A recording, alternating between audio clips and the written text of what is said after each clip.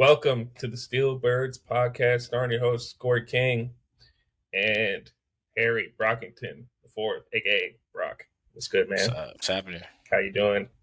Good. How you feeling? You feeling good? It's your favorite weekend of the year. Yes, sir. Didn't go according to plan, but Yep. still got what we wanted. Yeah. We'll get into it for sure. Day 2 of the draft starts in 5-6 hours or so. 4 hours. So we're gonna break down our mock drafts, generally talk about the first round, and then get into our grind our gears segment. So let's do it. We can just hop right into it now. Yeah. So our mock draft competition basically was, we're making the picks for all 32 teams, and the scoring system I had was it'd be 1 point if the player was in the first round, 2 points if you had the correct player to the right team, 3 points if you had the correct overall selection, 1 through 32, 4 points if you had the correct team and overall selection, and then 5 points if you had the correct team and overall selection for the Steelers or Eagles, which neither of us did. Which isn't a bad thing because we got some good players. Right, exactly. But so Brock had 1, 2, 3, 4, 5, 6. He had 6 fours. So he had Caleb Williams, Jaden Daniels, Drake May, Malik Neighbors, and Roma Dunze and Bo Nix. Those were his fours. I had 1, 2, 3, 4, 5, 6. I had 7 fours. I had all of those guys. And Marvin, but I also right? I had Marvin Harrison Jr. and then I had Talise Fuaga to the Saints. 14. Okay. That was another one. Okay. And then I only had 1 3 because I had Brian Thomas Jr. going 23rd overall, but he went to the Chargers. He went to the Jags. I had him going to the Chargers. Right, okay. And then Brock had 1 2. He had JJ McCarthy going to the Vikings. Just they had him at 10 instead of number 4, right, like you had him. And then I had 1, 2. I had 3 2s. I had JJ McCarthy to the Vikings. I had Olufashanu to the Jets, but I had him at 19. They took him at 18. Oh no, they took him at where they took him? They took him at 11. Sorry. And then I had Tyler Guyton to the Cowboys, but I had him take then at 24. They took him at 29. Okay. And then the rest were ones, we had most of the same players, go in the first round. But Brock only had, we were just talking about it, Brock only had 5 misses in the first round completely, which were A.D. Mitchell, Cooper DeJean, Jackson Powers Johnson, Kool-Aid McKinstry, and Troy Franklin. And my ass only had, or not only, but I had 7. So I missed on Cooper DeJean, Kool-Aid McKinstry, A.D. Mitchell, Jackson Powers Johnson, Jerzon Newton, Adisa Isaac, and Ladd McConkey. Yeah, I think we talked about Adisa Isaac too. I was kind of yeah.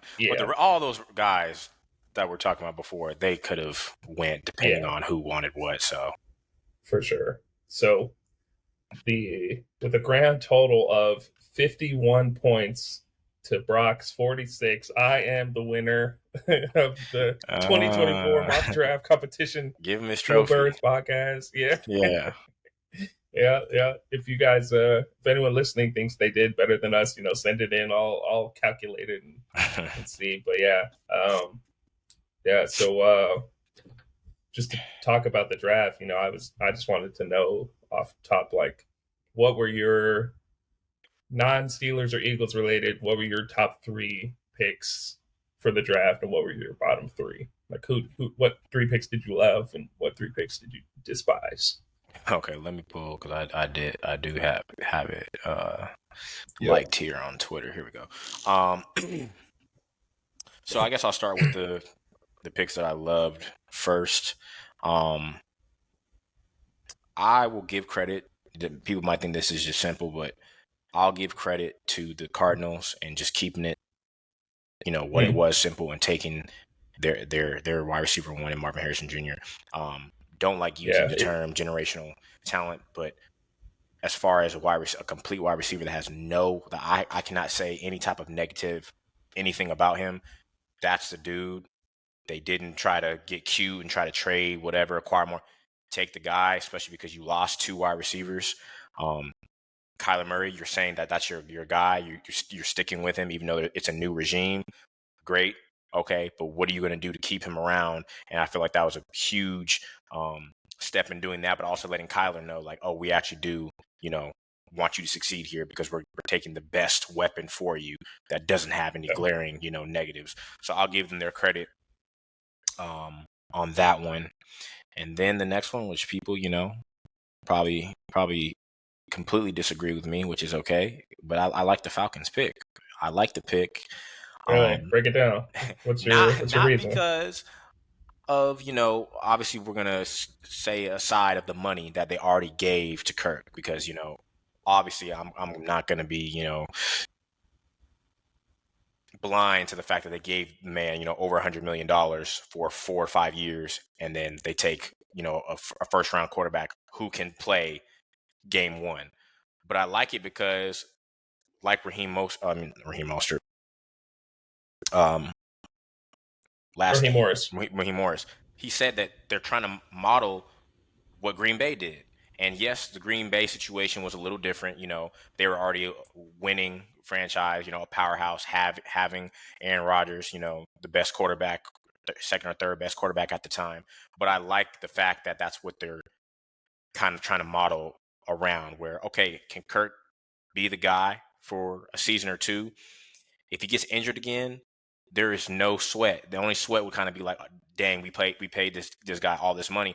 But as far as being able to still win games, I think Michael Penix steps right in with those weapons that they already have, and he lights it up. Whether like I said, he gets injured, or Kirk plays for a season or two and they're just realizing, all right, we can't really get over a hump.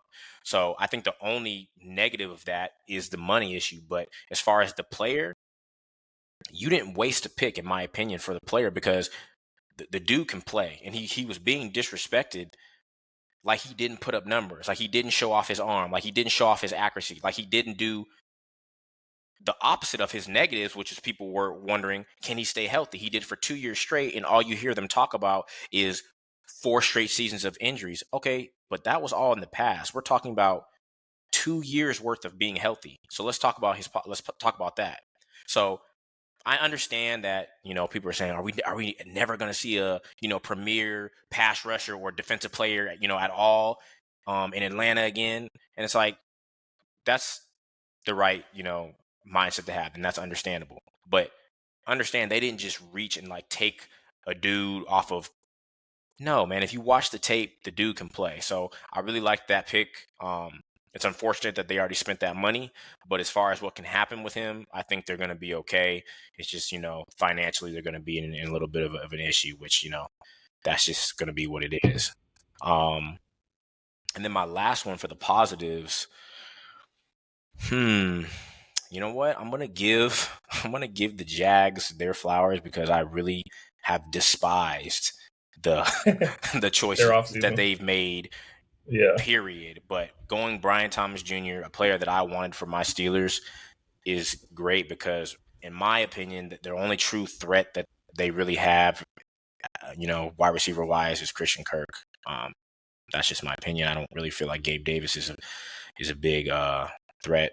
I like Evan Ingram as a tight end. He's a tight end though. So just basing off of wide receivers, I feel like Brian Thomas Jr. comes, takes the top off, still gives Christian Kirk his, he's kind of better in space and picking apart defenses. He's not really, the taking your top off type of guy either. But I feel like Brian Thomas takes away a lot of that traffic that he'll have. So I like that pick for them. I also, they have Trevor Lawrence. You want to try to build around him. I feel like that shows Trevor, like, okay, that's what they're trying to do, because a lot of their moves, it kind of just feels like they're very meh. Like we've talked about off air, like they're not, eye-opening things. And it's like Trevor Lawrence, as this guy that's supposed to come in and change the franchise, he obviously is no dummy. He's thinking the same thing, like what's going on type of thing. And I feel like I've talked to you about, that he he's kind of overcompensating for not having those weapons. He does have to take care of the ball better. I understand that. He does got to cut down on the fumbles and the interceptions. But I really feel like he kind of plays hero ball a lot because he's trying to do too much because he wants to win so bad and he knows he can do this for them, but they just don't have the guys. And I feel like that's one step in making sure that he doesn't have to do that as much. So I'll give them that. That'll be my third positives. And so Okay. Let me you want say to my go? top Yeah. three, and then Yeah, then then we'll switch we'll back. Yeah. get your bottom three. Yeah. So also so just to play off what you were just saying, because I had that as one of my favorites too, Brian Thomas Jr. Because Right.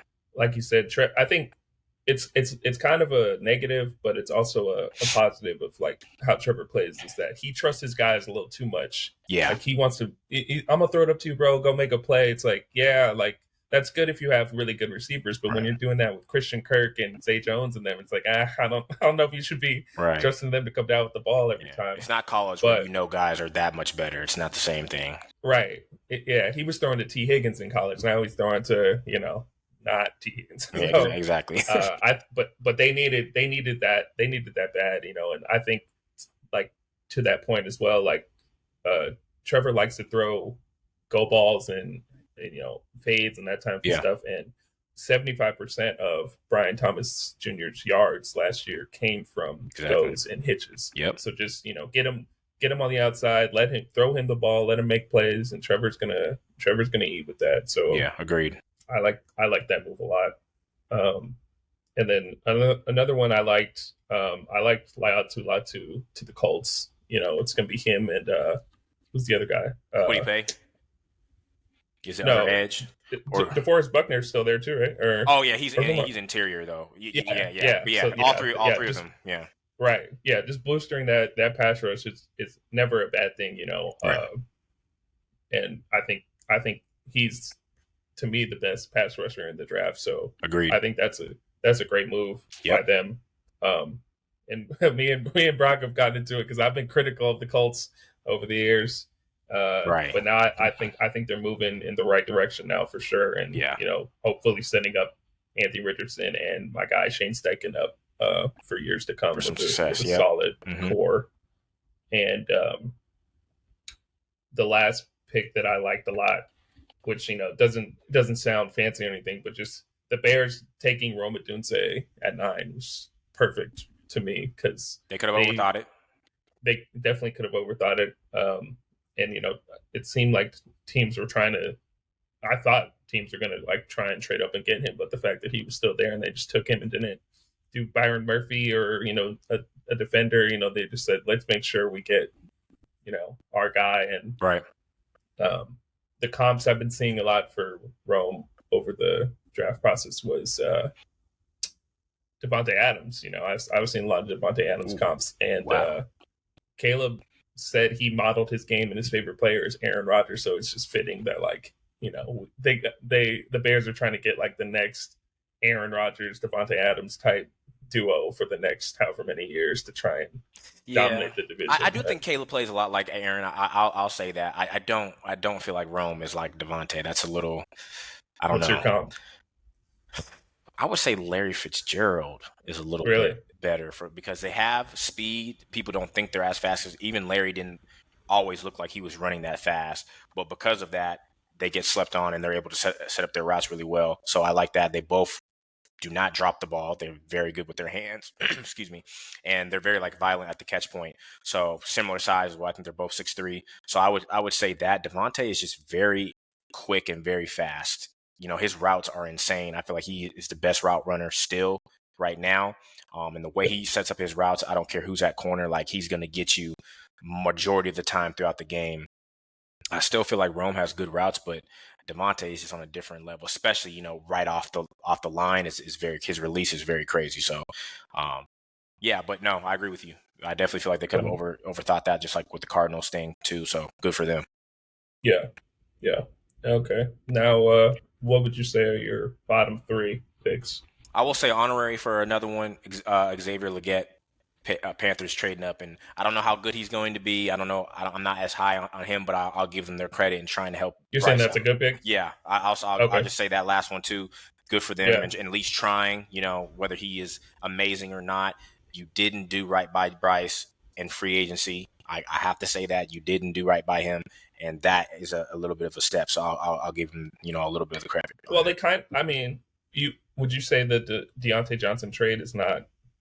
That was well. I I meant feel I like meant that free was. agency. My bad. I'm sorry. When he first came in, like getting the people Oh, for when okay, he came in there. Adam gotcha. Thielen, getting that LSU duo, Terrence Marshall, and Was DJ Shark on that team, or yeah. who? I was just like, man, Yeah, what are we doing? It was kind of like the Jags thing. Like, who's afraid of yeah, those dudes? Like, go ahead and right. run a route if you want to. Like, it's not that is not what you're. But now, yeah, to your point, this free agency, and then now going and getting trading him and getting Xavier. Hopefully, Jonathan Mingo starts coming along. So I'll give them their little credit on that. But yeah, for my first dislike, I'm gonna go with the Bengals, man, because, and I might be, contradicting myself because I did say that I liked Amarius Mims a few episodes ago, or the second episode we ever recorded.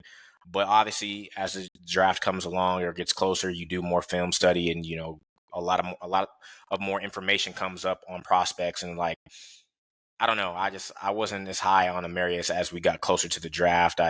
He only played 8 games. He's very raw, and I just feel like, especially for our division, the pass rushers that the Browns obviously they have a great pass rushing tandem. The Ravens are a crazy violent defense.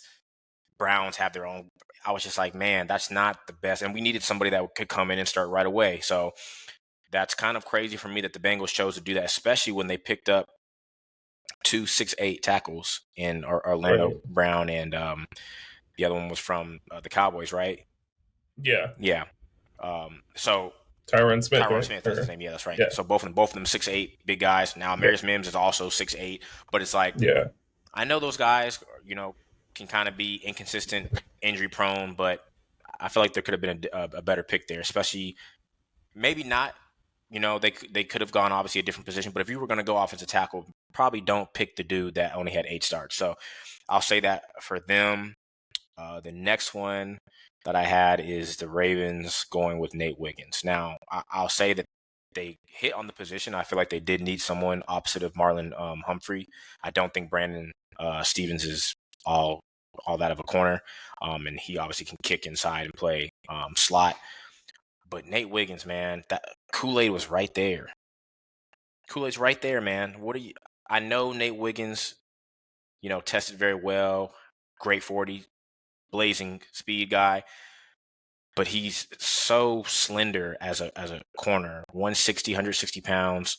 I know a lot of people have, you know, for example, Xavier Worthy or any wide receiver who is, light weight or slender in frame. Devontae Smith, we talked about him too, but that's a little Yeah. bit different because you can win differently on the offensive side of ball, even though you're kind of slender. But defensively, you are using your body. Your frame has to be, a positive, a weapon for you. And so for me, usually how they choose, to draft is like bigger, very, uh, bigger frame, violent guys like Kyle Hamilton. They drafted Patrick Queen, these are all guys in their position that are big for their position. So I felt like they would go with a corner who's more physical, and that was, Kool-Aid for me. So Nate Wiggins could end up being a great corner for them, but I'm just kind of worried about that fit for him and that team because he's kind of like the opposite of what they usually go with. So I didn't really like that pick for them. And then lastly, I'm going to go with the Niners, and I think this is a kind of a Mm. big reach with Ricky Pearsall. I also talked about him for the Steelers, so people don't fry me for this, but for me, I was saying, I could see him complimenting George Pickens and whoever else we would get, but I kind of saw him in the second or third round, getting him in the second to make sure no one comes up and gets him. But as a first round talent, I don't really understand it, especially for who was there. I could understand if more wide receivers that came off the board for them, but at the time, there's still Troy Franklin on the board, Lad McConkey, A.D. Mitchell, Yeah. you know, He's, yeah. a plethora of dudes, that Yep. Keon Coleman, that people had rated higher, that I had rated higher based off of film study. And so again, he could end up being a great receiver for them. He tested very well, 4.41, 40-inch vert, low drop rate, doesn't have injury history, great routes. He is a little more slender. He's 6'1", 180, 189. But he takes hits and Yeah, can he's play tough. taking hits, and also he's Yeah. going into an offense where everyone looks like a superhero. Okay, so we're just going to be honest with that. So I'm not saying that he's not going to be a good pick for him, but at the same time, I feel like we're safer picks, but obviously, Shanahan really liked him, and I did see that on Pat McAfee's stream, and he had Bill Belichick there. He actually called Ricky Pearsall before the pick, and obviously, Bill Belichick and Shanahan are somewhat close. They've traded with each other before. Jimmy Garoppolo sending him over there, and so they're decent friends. So I feel like he knew already, like Kyle kind of had told him already because he called him before the pick, and so. Obviously, Kyle liked him a lot. He sees something different that we're not seeing that he could implement into their offense, and so that's their pick. But I'm going to go with that as a kind of a big reach, in my opinion. I feel you. Yeah, for me, my bottom three pick is one of my bottom three picks is Brock Bowers to the Raiders. I just didn't really understand it. You just drafted Michael Mayer, who was very decent, 35th last year. You don't have a quarterback who's really good at all, and I feel like they could have just I feel like any other position would have been a decent pick for them. At 13 there were a lot of good DBs left. I in my mock I had them taking Terrion Arnold. That would have been a great selection. Yep. Quinyon was there. Any DB you wanted was there, and they were every pass rusher was there, and you chose a tight end. I didn't really understand it. I saw recently Bill Barnwell of ESPN tweeted that the Raiders are the first team since 2002, 2003 to draft tight ends in the first two rounds in back-to-back drafts. And the last team to do that was the Raiders in 2002 2003, which is nuts. And they're the first team since 1973, 74 to draft two tight ends in the top 40. So it's just like, yeah, you're not in a position to just take luxury picks like that. A tight end in the first round is a luxury pick. And even then, like, it's so rare that they even re-sign, get a second contract with the team that drafted them. Yeah. Most recently, like TJ Hawkinson got traded away. Only David Njoku, I think, is the recent one who's re-signed with his team, and he's had a very up and down career. So a first round tight end is just not something that I thought the Raiders even had on their minds. So I really did not like that pick. And then the other one was Bo Nix to the Broncos. I understand the logic. I just don't personally like the player. I don't, Sean Payton is a good coach. We'll see what happens. But I feel like that's easily the worst QB room in the NFL now, besides the Raiders probably. That whole team is just white dudes that look like they're gonna tell their father like what you did to them. That's their whole QB room, and I just wasn't a fan of that. And then the last one, I saved it for last because you liked the pick, but I honestly was surprised you did. Michael Penix to the Falcons.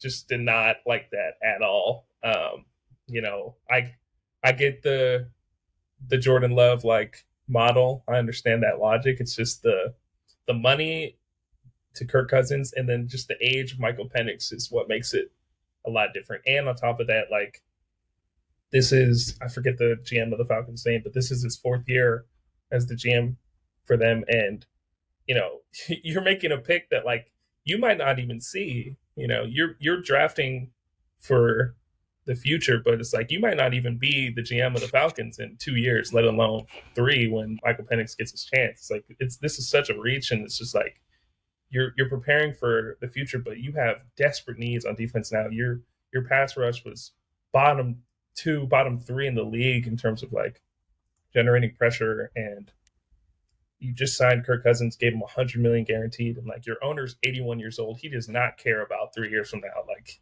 and you saw that clip of him like talking to the GM Right.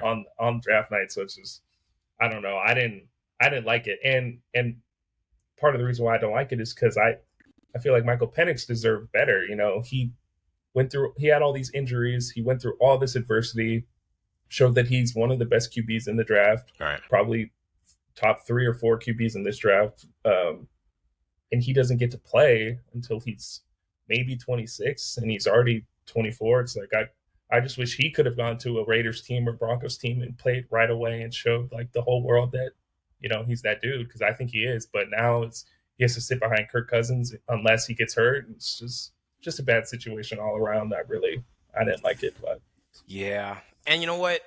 I can understand, because for me, I understand the money side of it. That's just like, you know, it's egregious because of how no one would be talking about it as bad if yeah, it was more like a bridge guy, you know, kind of how yeah, we had them, you know, Mitch Trubisky thing, or when, right. you If you know, signed Jacoby Brissett and Michael Penix was maybe like 22 instead of 24, then that makes a lot more sense. And if it was an 8 overall, then it sounds a lot better. But like the fact that it was yeah. such an early pick, he's older, and you just signed someone, For give me, someone the 100 older mil. QB prospect thing doesn't bother me because everyone wants to say that's such a big issue, but if you can play, you can play. And his circumstances Yeah, of I feel getting, that. you know, of getting hurt 4 times in a row, that just sucks, man. But it's not like he was kind of finessing the NCAA where, you know, there's some, you see the stuff on Twitter about certain guys being Yeah, in the NCAA get a 8 years. job. Right. You've said it to me 1,000 times, get a job. Now that's different. And I agree with that 1,000%. Like, honestly, bro, like, most of these dudes are good enough to possibly go under 3 years. So if you can't be good enough to go to the league in 8 years, you're just, I'm sorry. But like in that situation, or even like a COVID year guy who just wants to kind of show, like, really stamp that I'm that guy, that's okay for me. So I'm not worried about that. It's only because of the deal and the money that makes it kind of bad, because if he was 22 and then he's playing when he's 26, oh, okay, whatever, but he's 24 and would be 28. But to your point, yeah, Kirk is going to have to come with that fire now. He's going to, you know, have to make sure he is 100% healthy. It's not like, well, you know, if I kind of feel 100% week 8, week 9, it's still okay because there's nobody sitting behind me to, no, now there is. And maybe that's kind of their thought process through it is, you know, we have this guy that we know we can play, but it's just now people are looking at you crazy because you paid the dude over $100 million. And what are Yeah, you doing that? You know, you could have went about that a lot differently if that's who you wanted to take. But yeah, yeah. you know, he could have went Inter- to a Raiders team or something like that, and maybe they would have been terrible, but he would have looked good. But you know, who knows? yeah, yeah. And I'm gonna be locked in on that locker room dynamic, because you couldn't have had two different QBs. You got a Right. dude who doesn't take his do rag off, and a guy Kirk Cousins who, you know, is just Yeah. whiter than white. So He it's wants to be Mr. Popular, you know, with the chains and everything. yeah, It's very yeah, different, yeah, very different yeah, dynamic. yeah. You know, I would it'll be interesting to see like how like reports coming out of training camp. You know, if Michael Penix is cooking and Kirk Cousins is in like 100% healthy coming into this season, like how that's Right. going to go over We're with the gonna whole kind of team. see a So lot of the Deshaun Watson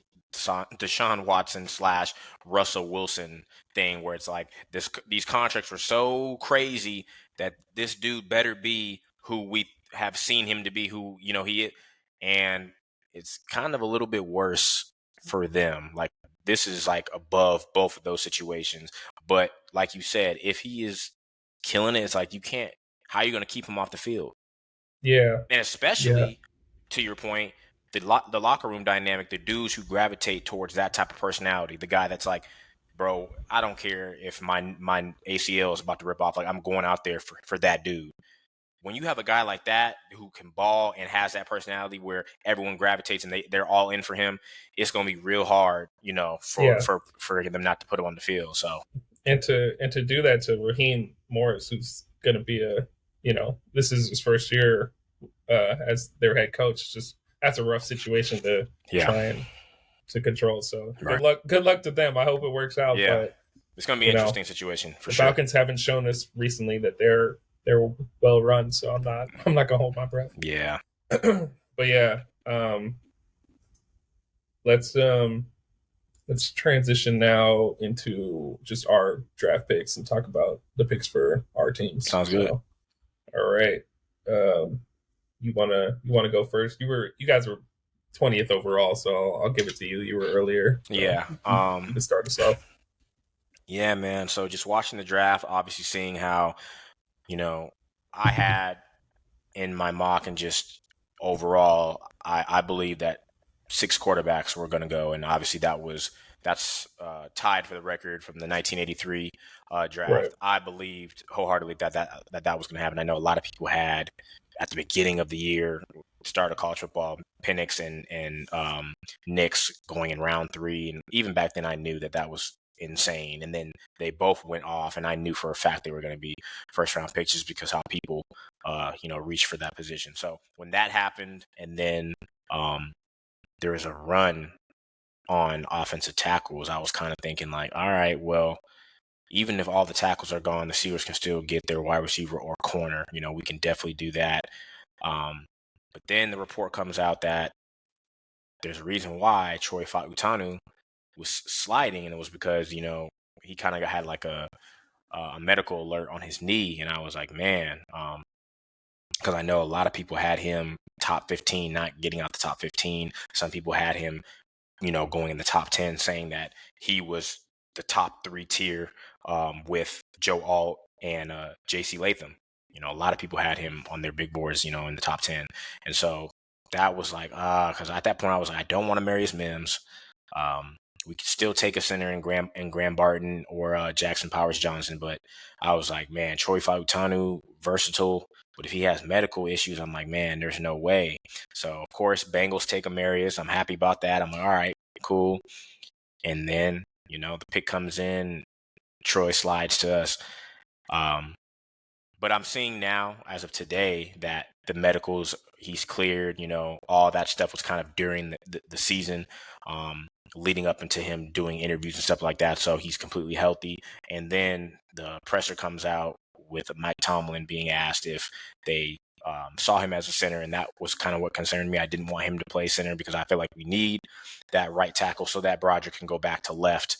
And so Mike Tomlin confirmed in that presser that he knows that he's versatile and he knows that he can play guard if something were to happen, but they see him as a tackle, that's what I needed to hear. And so it's looking like he's going to play right tackle for us. And then we slide Broderick back to left. And so I love that pick for us.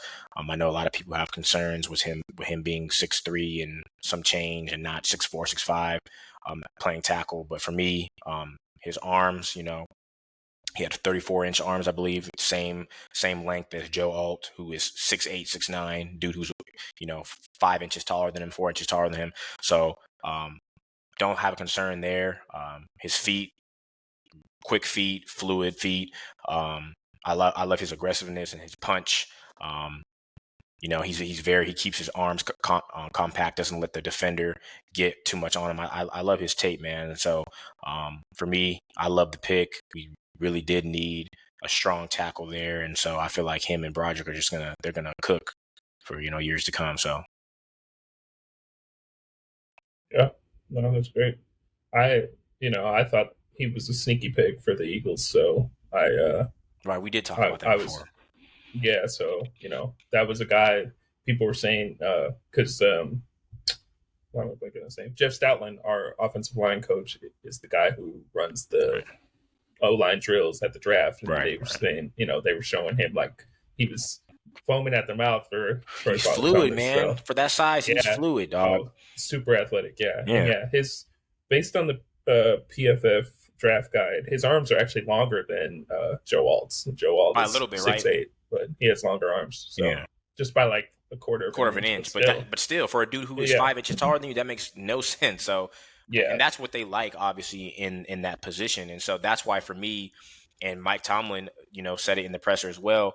Are we talking about this if he's 6'5"? The answer is no, and so yeah, that's it. And if that's the only thing that you can, knock him on is that he's not 2 inches taller, then we're doing the same thing with the quarterbacks who can make every throw, are dual threat, can process fast enough. But you're saying because he's not 6'1", don't do that. Don't let the measurements, get you Yeah. in a rut. If everything else checks Yeah. out, then man, let him cook. So I really like the Yeah. pick, and so we're bolstering that offensive line, which is going to be really important for whoever starts for us, but also because of the new offense that we're going to be running with Arthur Smith. Excuse me. So I really appreciate that pick, and I'm glad that he slid to us. Honestly, Yeah. And he, if you watch the film too, like he's aggressive. That's a he has that like Steeler mindset where it's like I'm gonna go kill you, like especially in the right? run game. He's not passive at all. No, Even in his past sets, he's not like passive. He's a good aggressive player. So yeah, and to your point, I him like being like I a like that Steeler, pick. that was his team growing up, which is Yeah, crazy to yeah. He me. said Either Troy Polamalu right? was his And guy. so Yeah, he's been a Steelers fan his whole life, which is nothing. Then tweets start coming out from 2015 and 16 of him, like he actually was rooting for us, and stuff like that. So yeah. that's a dream come true for him and his family. I'm sure, and so I'm excited for him and just ready to see what they can do. Definitely, definitely. So then, yeah, with the Eagles pick, they took Quinyon Mitchell, the cornerback out of Toledo, and honestly, I was surprised he was even going to be there. Right? Once after like the 12th, 13th pick, I thought at some point someone through 15 through 21 was gonna Same. get him, or the Eagles were gonna have to trade up to get him. And once I was seeing that, the Eagles were gonna trade up and the board was falling that way, um, getting him was huge. I think between him and Terrion Arnold, I don't think the Eagles could have gone wrong either way. I think those were CB1 the and top CB2. two. Yeah, I think those were the top two corners in terms of like his stable metrics. He's basically in the 99th percentile or 100th percentile in everything that PFF looks for that are stable metrics. So coverage Absolutely. grade at outside corner, coverage grade at slot, coverage grade in single coverage grade versus a clean pocket, forced incompletion percentage, coverage grade with time to throw over 3 seconds. All of those are elite. So he was, yeah, he was the number one man corner per PFF, number four in zone, and number one overall. So just a lockdown dude Yeah. in coverage, which we need. And he said he models his game off of Darius Slay, and we need someone opposite of Slay to be that Yeah. lockdown guy. And he's not the biggest guy, but I don't think that really matters. 6 foot corner who can run 4-3-3 and cover like that And is is, aggressive that can tackle. yeah. I think there's His another guy squats, that went 6 overall last year, 5 overall. Devin Witherspoon. Isn't that not right, his same measurements? Like we right, gotta stop yeah, doing that. The dude, yeah, he can play, man. And I know the yeah, only thing really is the Toledo thing, but okay, man, he went to the Senior Bowl with not Toledo guys, yeah, and yeah, he was doing his thing. So I like the yeah. The dude. first the first clip I saw after he got drafted was him locking up Ricky Pearsall in one-on-ones at the Senior Bowl. So He locked up he can, everybody, honestly, that he yeah, went up yeah, against. So, yeah. And I saw a tweet saying there's only been 10 DBs over the past 21 years to run 4.4 better and have 20 reps of 225 at bench, and he's one of the 10. So, I right, don't think there's any concerns about his strength. There's videos of him squatting 500. So, he didn't play a lot of press, but he has the tools and obviously has the strength to right, be a to press, and he doesn't even need to be like a great press corner to play in the Fangio system. So right. I love the pick. I was kind of surprised that he was even there. So I have no complaints. I don't have any issues with that. Yeah, So that's a great pick for you guys. yeah, And to that, Steelers were rumored to be trying to trade up. I felt that it was mostly, a rumor. Sometimes you can just kind of tell where it's just not really, legit. But then sometimes, there's a very small chance that it happens. But they were saying that we were supposed to be trying to trade up for him. And, that means the Steelers felt he was CB1 because obviously Terrian, would be there as well. And it wasn't said for us to be trying to trade up to get him. So I think it's a great pick. I've seen people say already that it's going to be hard for him to get onto the field. I don't understand that take. I think he's better than James Bradbury as of this second, in my opinion. yeah, Dude doesn't I agree. commit a lot of penalties, so we'll see what happens come game one. But I think he's going to be out there with Darius and James, very soon. Yeah, and the last thing there I forgot to mention is the Eagles put a lot of worth into their like pre-draft visits, and I had learned the day before the draft that he was a top 30 visit. I didn't see him on any lists, but apparently he was Oh a yeah, no, visit, I had and seen that he went to they yeah, yeah they said he did well at the visit, and they said his head coach at Toledo is best friends with Nick and Sirianni. former roommate with Nick Sirianni. Yeah, So there's if there were any character concerns or anything off the field, the Eagles would have known about it you'd have known because about it first. Yeah, the whole coaching staff at Toledo is connected to Nick Sirianni. right, So just I think that's even more of an endorsement of the pick because we know the player we're getting and everything you need to know about him right. came through his coaching staff. So um, yeah, I'm excited to finally have another lockdown corner besides Slay.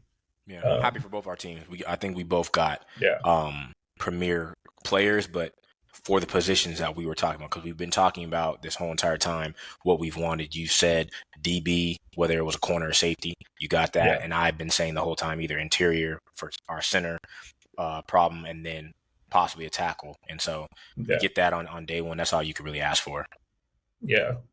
That's the first corner the Eagles have taken since 2002 in the first round. So it was time, and Yeah. yeah, I couldn't be happier about the pick. So yeah, let's quickly talk about what we want to see on day two here in the next two rounds. We'll transition to that, and then we'll do grind our gears Cool. if you're with it. Yep. But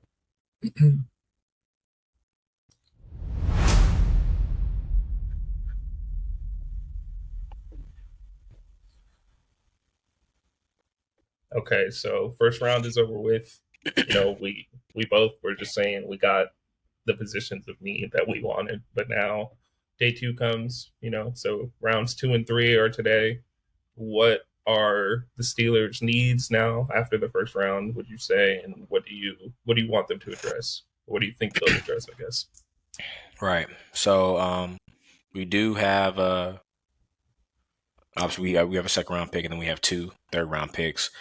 So obviously you can see maybe trade up using one of those or both of them in that scenario. But because we were able to get what we believe Troy Utana will be in our right tackle, we still need center. We still don't have someone snapping the ball. And so Graham Barton did go off the board last night to Tampa Bay. They had their center retire early, so that was a good pickup for them. So now we have left over Jackson Powers Johnson and Zach Frazier from Oregon and West Virginia.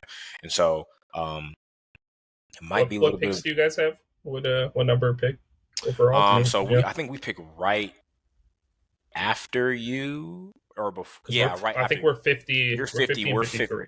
We're 51. Okay. And Yeah. then the third round picks, I believe, are 80, 89 and 94, if I'm not mistaken. Okay. Let me just make sure that's accurate.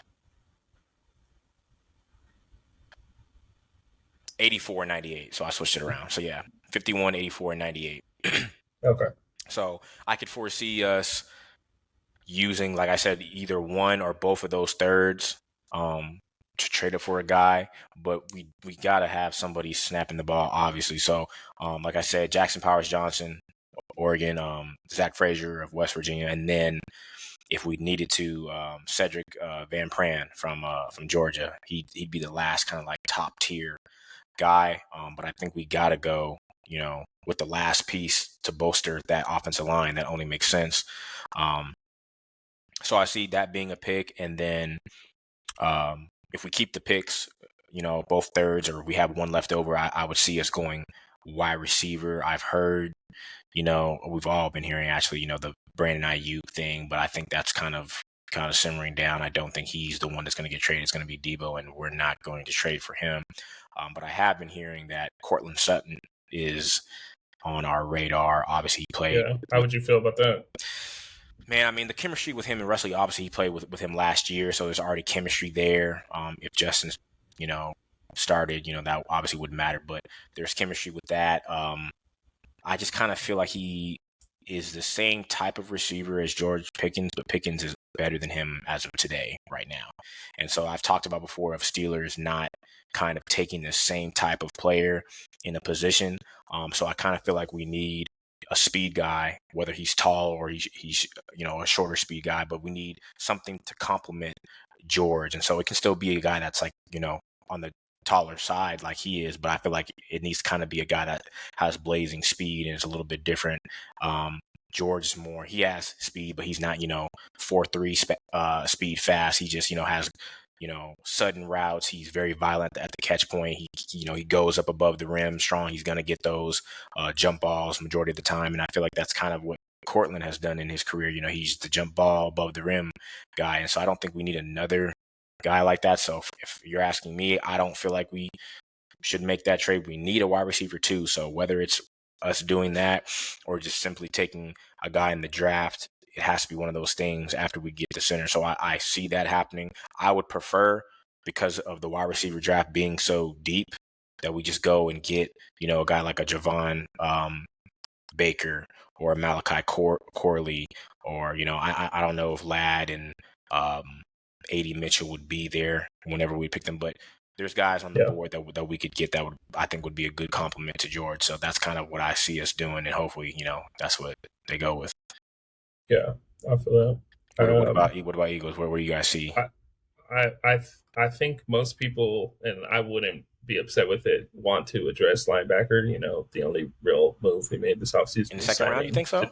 Devin White. I could see it. I don't know if they will. The Eagles have never shown any sort of investment this early in linebackers, so right. Under like Howie Roseman. So I would not really see that happening. And the fact that we have 2 second-round picks but don't have a third round pick is interesting, because I feel like either they're going to trade up for someone they really like, or they're just going to like trade back and acquire a third round pick, because they like to have like picks over day 2 and 3. So I could see a linebacker, maybe like a Edgerrin Cooper or a Peyton Wilson, one of those types. I think still a sneaky need for the Eagles is a receiver 3. So yeah, I agree. If I don't know about on day 2, but maybe day 3, if like a Brendan Rice, Johnny Wilson, Roman Wilson, one of those guys maybe kind of, are there. I could see them doing that. But also, Quignon's a great pick, great addition, but I still think, safety is a position that we need to worry about.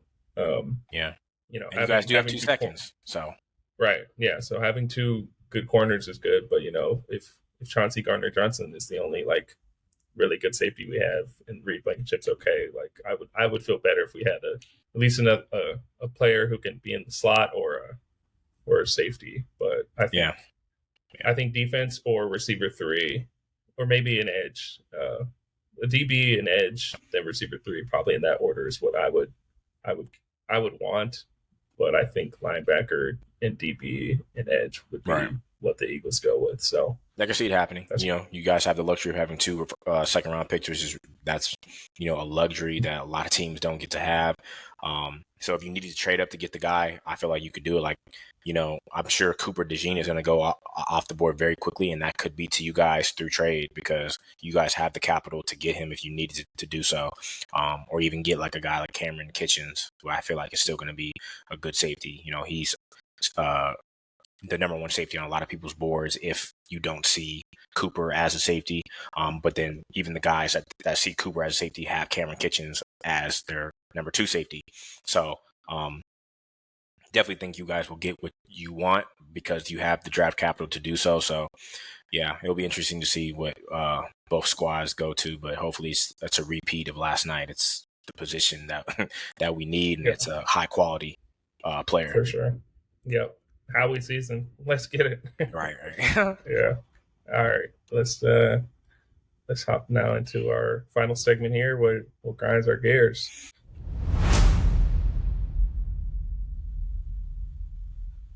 All right.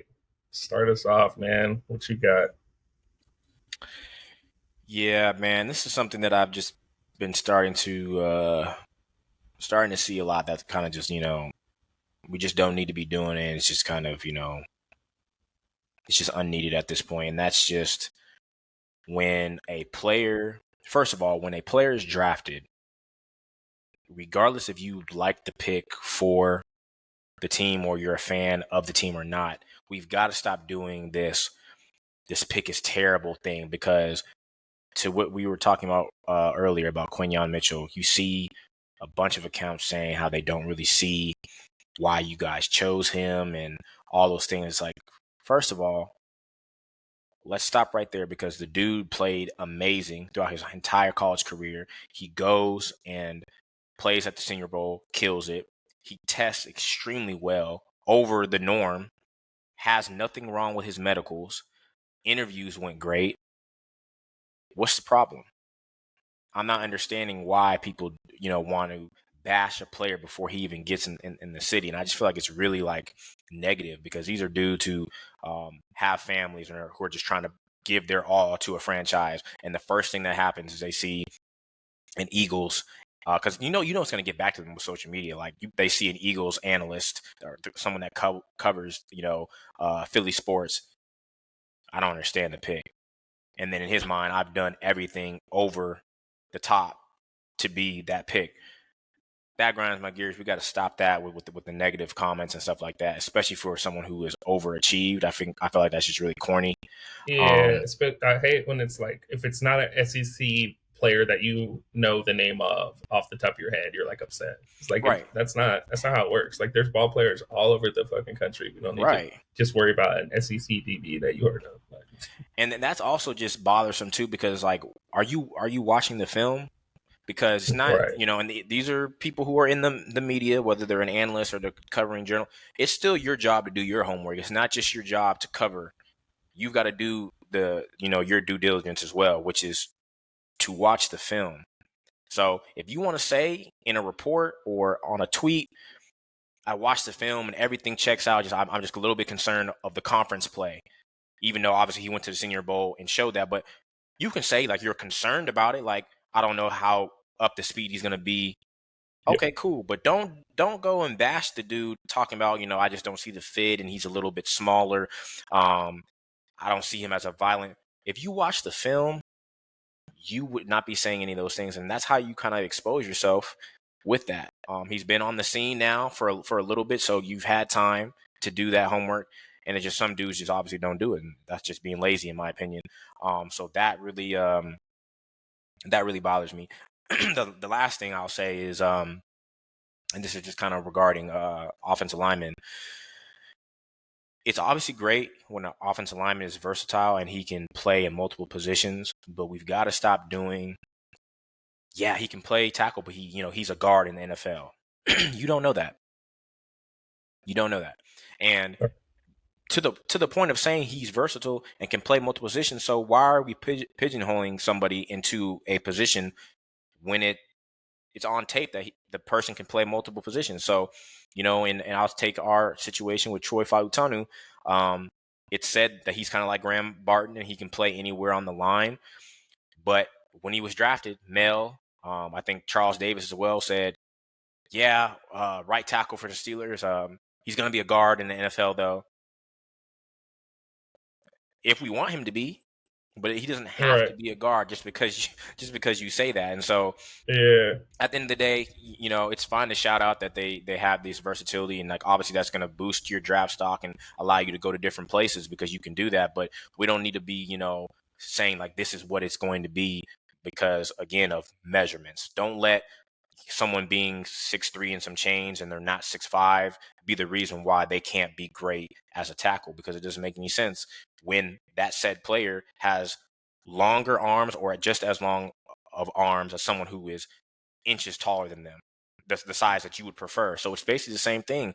You're just mad because they're not an inch taller. And so that's kind of what we see with a cornerback situation only being 6 feet, or a quarterback who happens to be 5'11" and not 6'1". So I feel like that's just got to stop doing that and just go straight to the film, because the film's going to tell you everything that you need to know. And I'm the film guy. I like watching the games live and then going back and seeing if I missed anything, and that I feel like is the best way to kind of see what these prospects are about, in my opinion.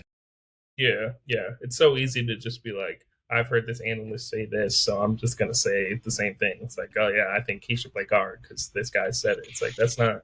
Do your own analysis, figure out what you like in a Right. player and what you think translates to the NFL. That's why I'm always talking about like the stable metrics with PFF because like those have proven to be like good things that translate to the NFL.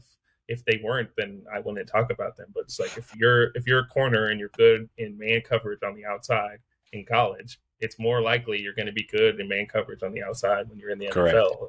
You know, Right. that type of stuff. Versus, I'm not looking necessarily at the measurables only and being like, oh, he's too small, he can't play outside, put him in the slot. Right. It's like, no, no, no. Let's watch and see if he can actually play, and then go from Right. there. But And that's yeah, exactly what I what I agree mean.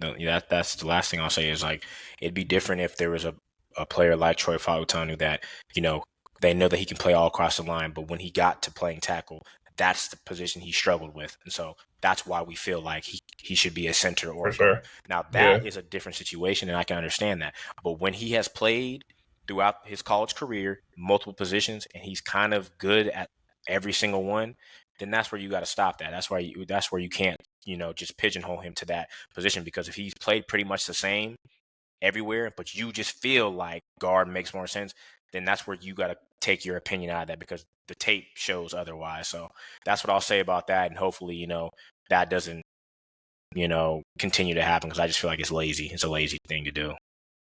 I'm with you. I'm with you. Um, yeah, my ground my gear segment is just some slides, nothing crazy, but I just don't like that people are like bitching and complaining on Twitter that Adam Schefter and those guys like tweet out who the draft pick is before it's announced on TV. It's like if you're on Twitter during the draft, you're gonna see who the fucking picks are. I don't want Right. to hear you. If you don't want to see who the fucking picks are, get your ass off Twitter and just watch the shit on TV and enjoy it that way. But Right. if you're gonna be on Twitter during the draft, these dudes are breaking news every second of every fucking day. And It's their on the job. draft, you think they're gonna stop? What the fuck are you Right. talking about? Stop Right. watching the draft. I mean, stop going on Twitter. Then turn your phone off, do Right. some other shit and just watch the draft. Don't I the next person I see tweet, stop ruining the draft at Adam Schefter. I'm gonna slap the shit out of him. Like, what the fuck are you talking about? Yeah. They are NFL insiders. They're going to break NFL news when they Right. get something, It's whether their it's a job to draft do pick, so. a trade, a fucking extension, a coach hiring, whatever. That's their job. That's what they're gonna do. Right. So that just bothers the fucking shit out of me because like there's no reason for you to complain about something that is been the norm for years now. Right. Well, this isn't new. If you knew Adam Schefter and those dudes were going to tweet out the picks, get off Twitter. Just watch the draft. Yeah. But if It's just not, weird. and you're going to be on Twitter, then just know that's going to happen, and just be like, okay, that's the pick. Moving on. Who cares? It's literally no different So from finding out that your team traded for Stephon Diggs. What's the difference? yeah, What is the difference yeah, from that? Did you not want to know first that yeah. that the Texans got You want Stephon to you Diggs? want to see it on ESPN. You didn't want to see Right, it on your bro. phone. And Like, it's just like you said, like normal etiquette to like if you're going to go watch a movie, for example, right? Yeah, you know that yeah, if it's a popular movie, if it's worth anything, that people are going to probably talk about it. It might be trending. So what do? yeah. You either stay off of Twitter, like you said, or you can go and mute words. Even better Right. for certain. It doesn't have to be forever. So if you Like wanted to you, just like you and Invincible right right, now. right, go mute Adam Schefter or whoever else just for those 3 hours. Right. There's things to do other than just to complain. So I definitely agree with you on that, and just it doesn't make any sense. And I tend to ignore and block those people too because it's like, bro, what are you, Yeah. get off of my timeline. But I'm Yeah, doing something honestly, about it though. I'm doing something yeah. about it at least. That's the difference. So Yeah, be proactive about the shit. Yeah, right, exactly. It's like get out these bullshit complaining tweets are getting in the way of what I want to see, which is the picks. Like right. I'm trying to I'm see. trying to get to the I'm top trying of to the see. timeline, and you're the one that's like clouding it. And it's like Yeah, you're messing it up for me as well. So you fucking up my algorithm. right, Yeah, but yeah, man, nah. agreed. Yeah, exactly. Bet. So we'll catch you guys next week. See how rounds 2 through 7, right? 7, yeah, Yep, or 6, 7. uh, Yep. 7, yeah. We'll see how the next later rounds go for us, and talk about the whole draft, and yeah, we'll see how we're looking come come the season. So Yep.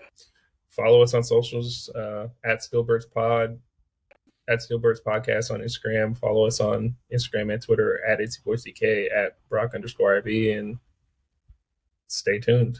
See y'all next time. Yep. Peace.